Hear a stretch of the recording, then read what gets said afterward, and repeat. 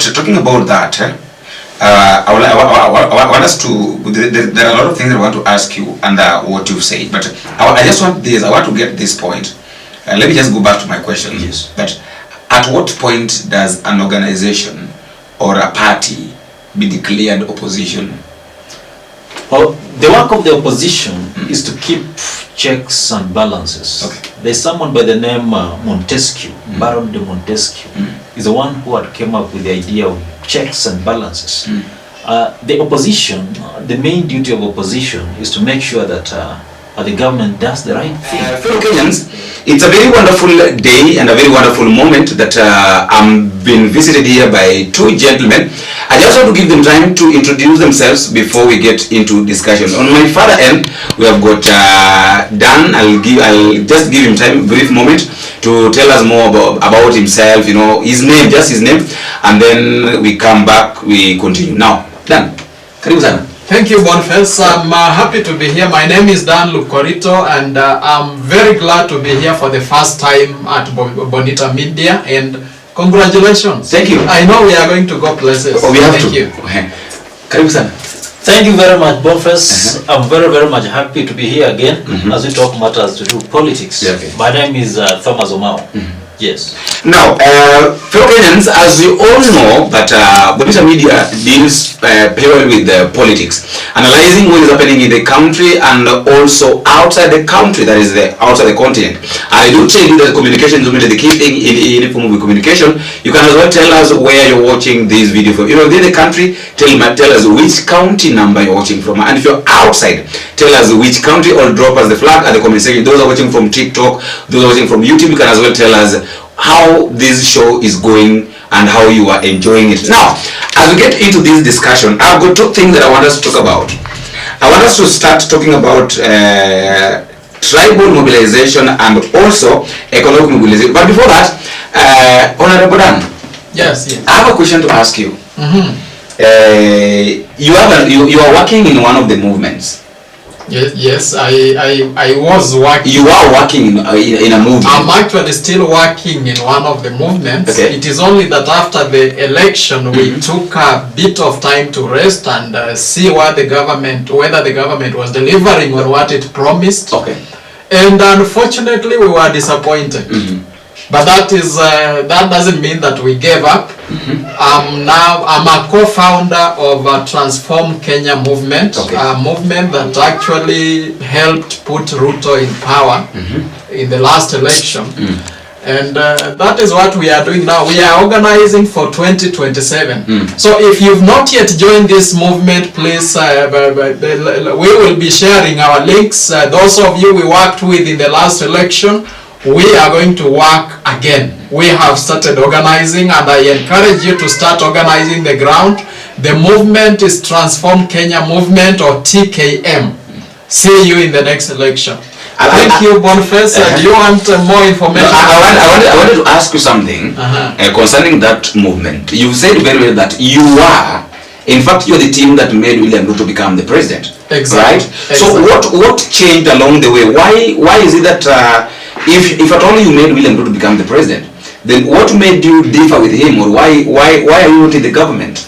I'd rather say he differed with us because we were driving an idea, and many people saw him talking about bottom up. Okay. What they didn't understand is even to Ruto himself, it was not his original idea. What happened is we came up with the idea with a few other friends. And after we shared, he took it over and made it his. Okay. And as you know, if you take something that is not an original, doesn't belong to you, in some cases you don't even know how it is supposed to be implemented. Okay. So that is how he ended up with the issue of bottom up. And instead of calling the founders to explain how they intended to implement this, he just took it and assumed it is his, and he has made a lot of blunders. He has even abandoned the whole thing. And that is why we have gone back to the drawing board, because we had an idea that we thought this government would implement. Unfortunately, it has failed. one of the things we were against was the issue of having what we called then a mongrel government. Okay. Where you don't know whether some leaders are in government or in the opposition. And in particular, it actually happened immediately after the 2018 handshake, where people started saying all sorts of things about him, and including the issue that he's a thief. I don't know. So we were asking questions. If this guy is a thief, why are you not giving evidence? And that is how we came up with that kind of movement. And the idea was, because we were looking at it in terms of, is it that these people don't want any other person to be president other than their inner circles? So at that time we thought maybe Ruto was the best candidate, and we went around and marketed him, imagine, for free. He didn't even give us a shilling. So in other words, in simple terms, so the people who made us all this, exactly. And that is why I'm confessing on this channel today. Of course, I've confessed a number of times. I've even repented many times. I'm one of the people who regret actually supporting this guy and letting him take over our movement that drove him to power, and then he forgot everything. I was talking about the issue of the mongrel government. It is Ruto himself who told us he'll never do a handshake again. Now, where is Raila today? Hold on there. No, let me finish. Okay, hold on there. I've just told you to hold on, because I know I want to ask these guys some questions. I'm heading to you. I know the question you're heading to. Now, Honorable Thomas, can you tell us more about your how do you call it? You are the CEO right now. Yeah. I'm sitting just in the middle of a CEO and a honorable. So can you tell us about your organization? Thank you again, my brother Boniface, for this great opportunity to welcome us and give us a platform so that we can talk to fellow Kenyans, more especially on matters to do politics. I've done some quite research, more especially on politics, and there is a great gentleman of our time and history who taught us that politics is everything. The name is Bertolt Brecht. He once said that the most illiterate in the society is the political illiterate, because out of his ignorance about matters to do politics, some poor policy choices are made. We elect demagogues, we elect conmen into leadership positions.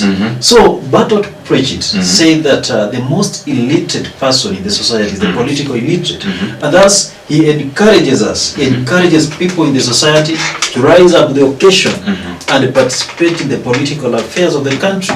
Because if we don't participate in the political affairs of our country, then most probably we're going to have demagogues and conmen occupy positions of power and make decisions on our behalf.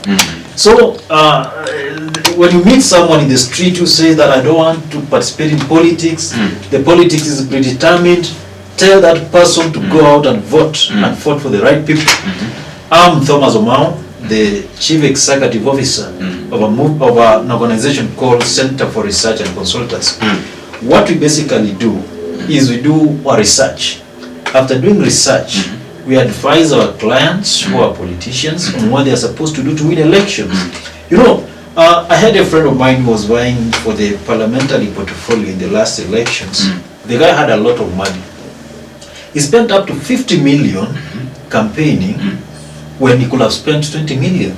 So, as the Center for Research and Consultancy, this is purely a political consultants firm that does ground research and advises people on what to do so as to win elections. We come up with what we call the strategic election plans. We come up with manifestos. So far, what the latest project that we did was in Malawi. The previous elections in Malawi. You saw where President Lazarus Chakwera is almost losing to the former president Peter Mutharika. So we were working with Peter Mutharika, who is now almost winning that election, whereby we did quite a number of research, came up with strategic election plans, and that's how he won. So I'm the CEO of this firm, and back at home, we are doing the same things. So next time, Dan, if you want to occupy a position of power, if you want to go for a member of parliament position, maybe from which constituency do you come from? You say you are from that is a good question, and thank you for that. I actually come from Webuye East, and as we speak now, the sitting member of parliament is on notice. He's on notice. He's on notice, and we have agreed it is one term. So we are going to push him out and have the right people. It might be me, it might be somebody else, but what we are saying is not only for Webuye East, but actually for the whole country. Exactly. Kenya can be better. Now, thank you. Back to you. I have a question to ask. A bee gets its honey on a flower. And the snake also sucks the same flower to get poison. What do you understand? What do I understand? Something good. Okay, there is always the good side and the bad side of everything. Okay. We are talking of the same flower. The same flower? The same flower produces poison, and again it produces something sweet. Yeah. So it depends on what you want to get in that flower. A bee goes there specifically to get the necessary ingredients to manufacture honey. And I don't know who taught the bee this. This is a very interesting industry without a lot of complications, but it gives us something very sweet. You're right. But then a snake also, because in the process of wanting to protect itself, I think I'm not as a biological scientist, but I want to assume possibly a snake has other chemicals inside it that when they mix with that nectar from a flower, it turns into poison or makes its poison more what do we call it? More dangerous in quotes. So we can get two things from the same thing. What do you understand? What I think is that a flower, out of it comes a sugary item, and so what it basically implies is that depending on how you understand something, we don't necessarily have to get the bad thing out of something. Okay. Yeah. So the reason why I've asked that question is because of what I want us to talk about. I'm bringing that because remember right now we have two oppositions. One opposition is in government. In fact, that is the non-opposition is in government. And there is also another opposition, another formed opposition, which is not in the government. So all these two people are crying for the same thing. The opposition that is in the government is defending itself, saying that they are just in the government, but they are not there to stay. They're just there to, they're just watching what is happening in the government. Yeah. And we remember, if you listen to Raila yesterday, Raila mentioned something. And he said that even his people that are in government are there, but they have their plan. ODM has a plan of 2027. So I'll start with you, Honorable Dana. Can you, according to your understanding, what do you really understand when Raila is telling us one thing today, another thing tomorrow, Sifuna comes and tells us this? Like, is there any confusion in ODM or what is going on? Now,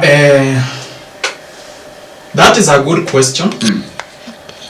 And you've asked me specifically about ODM. No. But you can expand it. I do not want to focus strictly on ODM because the whole political class in this country is suffering from the same problem. Okay. They seem not to be sure what is exactly their role in terms of leadership. I'll take you back to something that happened in 2018 that made us start this movement that we used to support William Ruto. Okay. There was a handshake. Raila was an opposition leader. And after the handshake, we could not tell whether Raila was in government or in the opposition. It is like he wanted to be on both sides at the same time. And my good friend Joachim put it very well when he said, Baba wants to enjoy power without responsibility. Yes.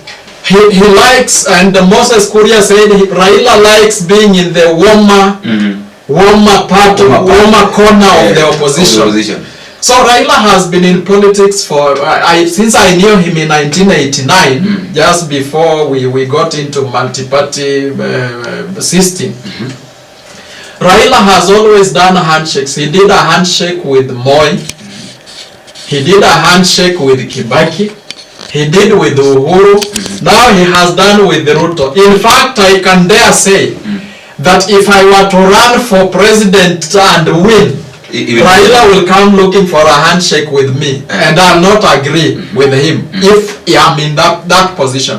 And that is the same thing that William Ruto promised us when we were supporting him. And I remember he said, I'll never do a handshake with this man. There are names he used to call him, now they are brothers, so I'll not go into those details.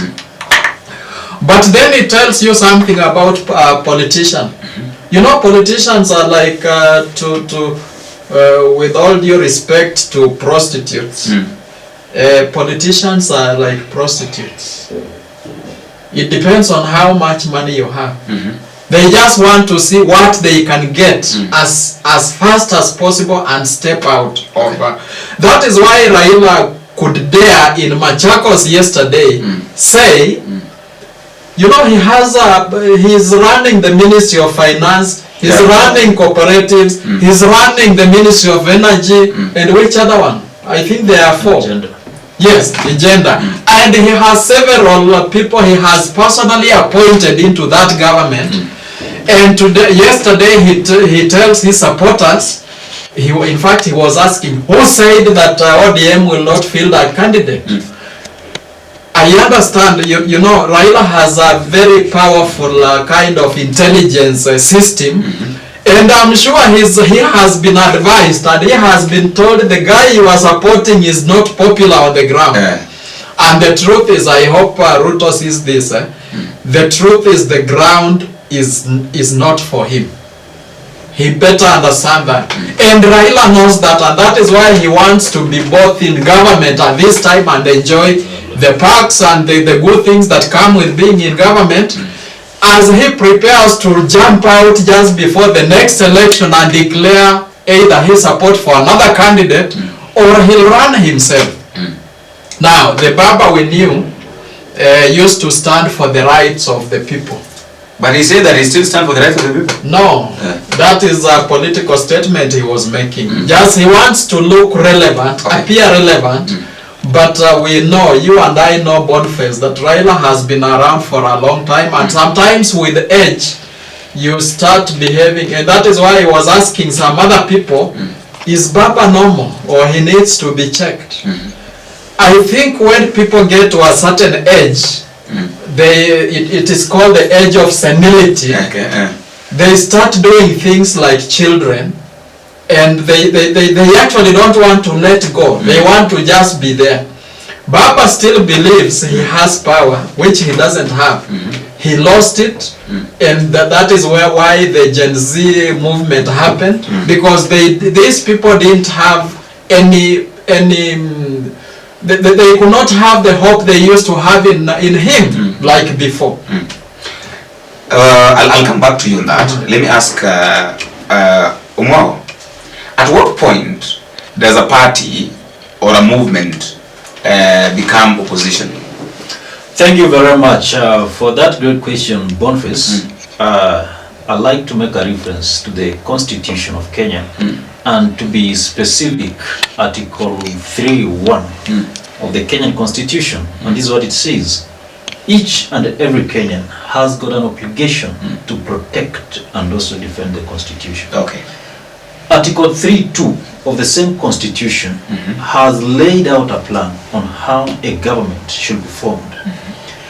The current political formation between Raila Amolo Odinga, who is initially I thought was the paragon of moral and intellectual virtue, has absconded his duties as an opposition leader and joined President William Ruto to come up with another government, which is unconstitutional with respect to Article 3.2 of the Kenyan Constitution.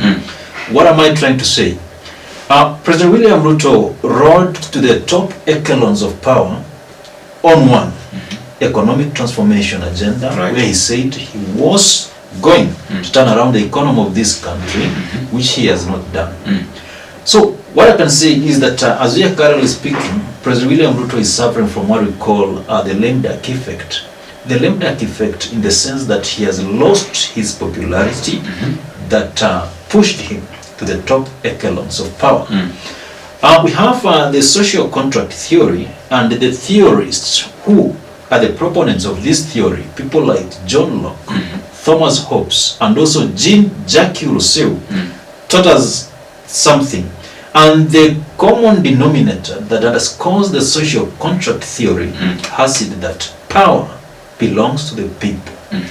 Those who occupy positions of power do so not because of their wish or their will, but because of the will of the people. President William Ruto has suffered from the lame duck effect in the sense that he has lost touch with the ground, and that is the reality, the boniface. He has lost his popularity, that is number one. You remember what happened on the 24th of June last year when Parliament was overrun. So what this basically implies that the Kenyan population are not only sick but also tired by the manner in which this country has been run. You can imagine that as I was trying to have a look at the treasury, I was trying to play around with the figures. Our current debt is at 12.1 trillion. When President Uhuru Kenyatta left power, the debt was at 8.4 trillion. So it implies that President William Ruto's administration has borrowed over 3 trillion in 3 years. That's a lot of money. So this regime is borrowing money, and who are the guarantors of these borrowings, these loans? Is us Kenyans. So that is why I keep saying time and again that life is going to be very difficult and extremely expensive for the common mwananchi. So it's prudent upon us Kenyans to rise up to the occasion and also make sure that we make proper decisions as we proceed to the elections of 2027. So what am I trying to say? As we approach these elections, it's now clear that whether or not Raila Odinga is going to support President William Ruto, both of them are going to be defeated at the ballot. And as a political scientist, I'm trying to be very objective and not trying to lean to either side, because I'm not supposed to lean to either side. The reason as to why I'm saying that they are going to lose these things because they have lost touch with the ground because of what they have done. Talk about killings, talk about forced disappearances, talk about the grandiose display of opulence, more especially by those who occupy positions of power, ministers. The other day I saw a member of parliament going to a church and donating 20 million. Talking about that, I want us to. There are a lot of things I want to ask you and what you've said, but I just want this. I want to get this point. Let me just go back to my question. Yes. That at what point does an organization or a party be declared opposition? Well, the work of the opposition is to keep checks and balances. Okay. There's someone by the name Montesquieu, Baron de Montesquieu, is the one who had came up with the idea of checks and balances. The opposition, the main duty of opposition is to make sure that the government does the right thing. The government works for the people. There's no corruption in government. There is no extrajudicial killings. There is no forced disappearances. But now, here comes a point whereby the opposition political figurehead joins hands with the regime, and then is here telling us that he is not in government, that he has no plan with the president as we head to the elections of 2027. That is what we call political conmanship. This is the same thing that I told my good friend Jaoko Oburu Odinga, who happens to be close to Raila Odinga, as we approach the elections of 2022. I told him, I know you are very close to Raila Odinga, and this message will be home if I pass it through you. I told him, President Uhuru Kenyatta has suffered from the same lame duck effect that I've told you. because at that particular point you had seen what was happening. There was a mismanagement of the economy, grandiose display of opulence. Why is it that this other team is saying that there is the opposition if we don't have opposition at all? Bonnie, you asked that question, and I was just going to get to the opposition. Okay. That is not the opposition. Okay. This kina Rigathi, kina Martha Karua, Jean, Alfred Matiang'i, and so on. And you see, even mentioning the names alone, if somebody was in this country and went to sleep in 2022 before elections, and they wake up today, they will be shocked. Because who appears to be defending the people today? Rigathi of all the people. And I've said this on another show. The day you see Rigathi become a defender of the people, you know that your nation is finished. Because how was Rigathi behaving when he was in power? When he was deputy president? The so-called shareholders government guy today has turned into a people's defender. I can never buy that as done. But people are saying that is the best option, is the person that can face William Ruto head on. Those people's heads need to be checked, because or maybe they just came from another country. They have not been living in this country. I have a lot of friends who are supporting Rigathi, and I look at them and I get shocked. Like somebody else said, we have a lot of educated fools in this country. They have very good academic papers, but they don't use their brains. They are like the so-called this animal that keeps forgetting. Wathog. The wathog. Hiyo ndio inaitwa kasongo. Kasongo, yeah. Yes, the so-called kasongo. Kasongo forgets very fast. And I'm using kasongo, not the kasongo you are used to. I'm talking about this particular wathog. So those people are behaving like that animal. You know, it surprises me that somebody who is properly schooled, whom we have known as there is a friend of mine who wanted to be governor of Nairobi. She's a lady, I will not mention her name on this show. And she also shocked me. She has moved from the, we were preparing her for, because we thought she has some qualities and she can make a good governor. At some point when there was almost to be a by-election, we teamed up with other people and tried to support her. But today she has shifted and is supporting somebody else without bothering to consult those people who are there for her that time. And she's one of the loudest supporters of Rigathi Gachagua today, as we speak. I want to ask you a question. Yes. Do you really think right now, if you want any position in this country, and maybe there are people who helped you back in 2022, 2017, and maybe you failed, is there any need of going to consult them that now, boss, or my friends, and now I feel like I need to go and vie for this position? What do you think? It is yet important. You failed. Remember, you failed. It is important. It is important because these people put their emotions into supporting you. They possibly put their resources into supporting you. It is only fair that you even call them in a meeting. Like if I make another decision, I'll call my team and tell them, now I've decided this is where I'm going.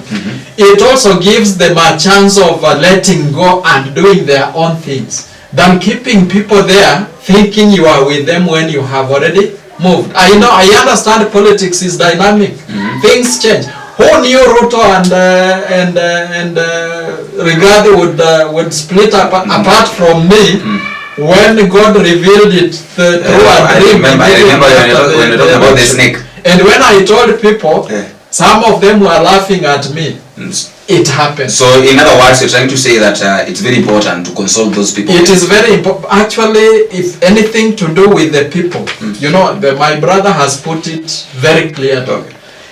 As a leader, you don't serve yourself. You serve the people who elected you. It is always good to go back to the people, like Baba used to do those days. These days, he doesn't do it. He thinks he's now Mr. Know-all, he just wakes up and expects everybody to follow him. No, we are not that kind of people anymore.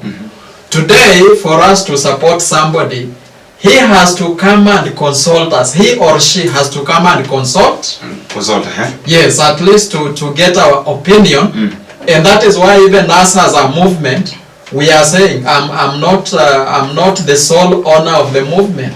The movement belongs to the people who are the grassroots. Okay. And that is why our initial idea was that development would start from the bottom, going up. That is why you saw us mentioning Mama Boga, Boda Boda, and so on. And these guys hijacked a good idea and messed it up. Back to you, Thomas. Yes. Away from the issue to do with Raila Odinga and all this, there is something that is happening in this country that if it's not checked so well, it is going to lead us into, is going to make us end up frustrated. William Samoei, the president, did away with the issue of vetting of the Somalis at the border. Right now, when you look at, I was watching something online, and I realized that the Somalis, there's a match that was played at Nyayo Stadium, I think, and the Mogadishu Somalis were fighting the Somalis that were inside, who were living in Isili. And when you try to look, and also just yesterday there was a war in Isili. So what I'm trying to say is that when you look at the NIS boss, try to look at the DCI, the Minister of Health, do you really think that we're going to reach a point? And also United Mohammed, without forgetting that United Mohammed mentioned that in 2027, Somalis are going to be the determinant, is the only community that is going to be the determinant of how or who is going to be the president. Do you really think that that was a very fair statement? This is what I like to comment about that. Number one, we have what we call political legitimacy. Political legitimacy implies that as a sitting president, do you have the backup of the people? Do you get the support of the people? What is the public opinion about your presidency? That is number one. So, President William Ruto and the Kenya Kwanza regime can go to Somalia and bring those Somalis, to give them IDs and also register them to vote for him. He can even go to the neighboring Uganda, bring those Ugandans, give them IDs and come and vote for him. And he occupies that position and occupies the Oval Office that is along State House Road. As you come your way to Upper Hill. Will he have legitimacy to occupy that office? That's a fundamental question. Number two, what's the public perception of a civil servants, those who have paychecks? What is their perception about this administration? As we are currently speaking, we have around 5 million Kenyans who are on paycheck, who have pay slips. It's alleged that the president, through his unpopular policies, is inflating these pay slips in the name of raising funds for the affordable housing program. What is the public perception of these people working? What is their perception about this regime?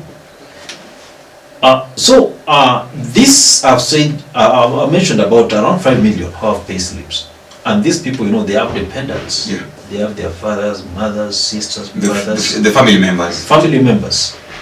From where I sit, I want to say without any fear of contradiction that if that is the strategy that President William Ruto is going to use to win the elections of 2027, then most probably he has to change that tactic because he's going to lose legitimacy.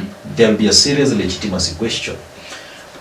Recently in Nepal, people came out in large numbers to protest against the regime of that country because the country was coming up with rules and regulations that were against the people.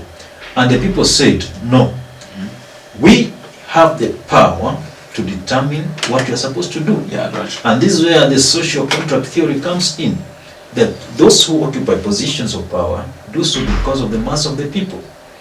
So what I think is that President William Ruto has 2 years to change on his strategy. Because if the political advisors around him are telling him that we can register people from other parts of the country, even from across borders, then most probably they are going to lose it all, because there will be serious legitimacy questions, and that will make it almost impossible for him to rule. You know what happened in the events leading to the June 24th uprising, whereby Parliament was overrun.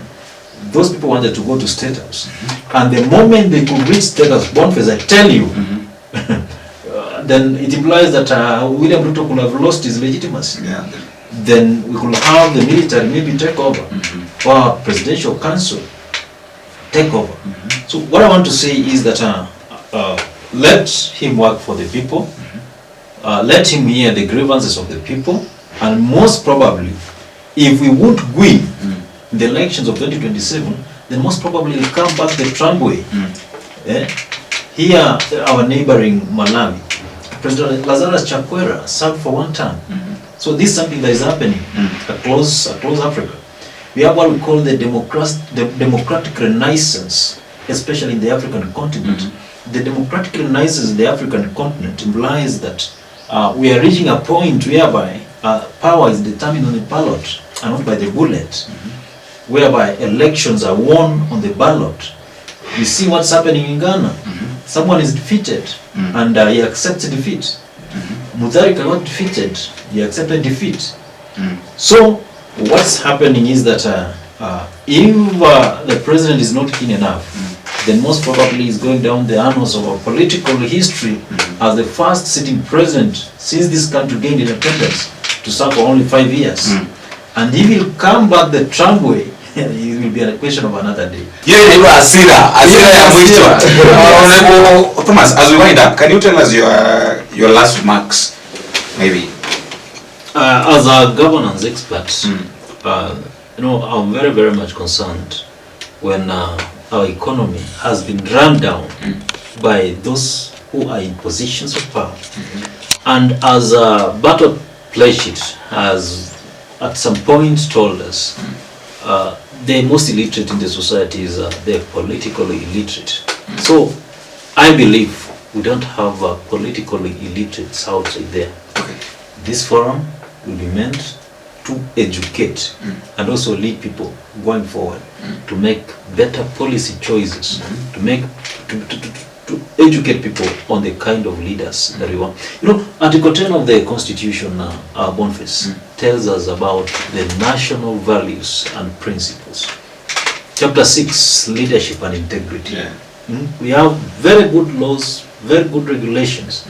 It's time that we rise up to the occasion, stand up and also be counted when we bring on board accountable leaders in this country.